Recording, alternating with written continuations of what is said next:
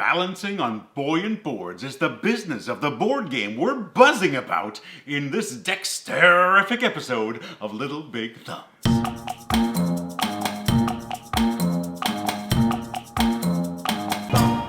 Every step you take is a mix of risk and careful balancing in Floating Floors, a tactical game of funny physics for 2 to 4 players. The goal of the game is to collect all of your Bunsen seals, but to do that you'll need to traverse a trail of floorboards that are literally floating above the table.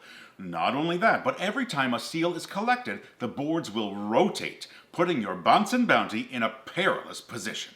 Turns involve rolling the 3 jutsu dice and collecting the matching shapes and colors, either from the supply or from the top or bottom of the boards themselves. Then it's off to the risky races as we place jutsu and floorboards, as well as pouncing across those boards on the way to hopefully picking up your secretive seals. If you manage to reach your Bunsen, you must first perform a feat of mystical might. Lift the very board you're standing on and rotate it 90 degrees.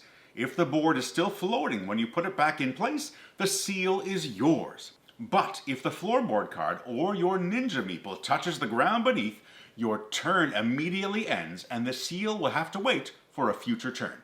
If that isn't bad enough, the true penalty is to watch one of your rivals replace the boards, the jutsu, and any ninja pieces in any configuration they like. One player will eventually be the one to gather all of their seals, and when that happens, we have our winner and the game immediately ends. Floating Floors is a quick game that is dripping with tension and tactical turns. Once you're familiar with the flow of the game, you'll quickly find yourself setting traps for other players, and when they fall for them, it's pretty hard not to giggle. While this is most definitely a great game for families, the precision of the dexterity element might be a little too delicate for younger children. My older daughter loved the idea of Floating Floors, but nearly every turn resulted in her ninja tumbling to the table.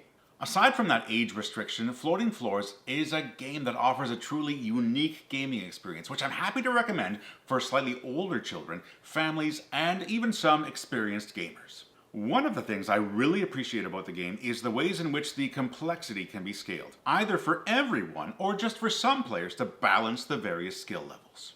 If you're a die-hard dexterity fan like myself, but often find yourself surrounded by players who want a little bit more control over their turns, Floating Floors is a game that offers a little bit of something for everyone. Now, at the time of this recording, Guf Studios has Floating Floors up on Kickstarter, and you can visit the links in the description of this video to learn more about the game, and maybe even follow along with their campaign. Thank you for taking the time to check out this Dexterrrrific board game, and until next time, whether you've got little players or big players, make sure that you're playing games that make your thumbs go way up. Bye for now.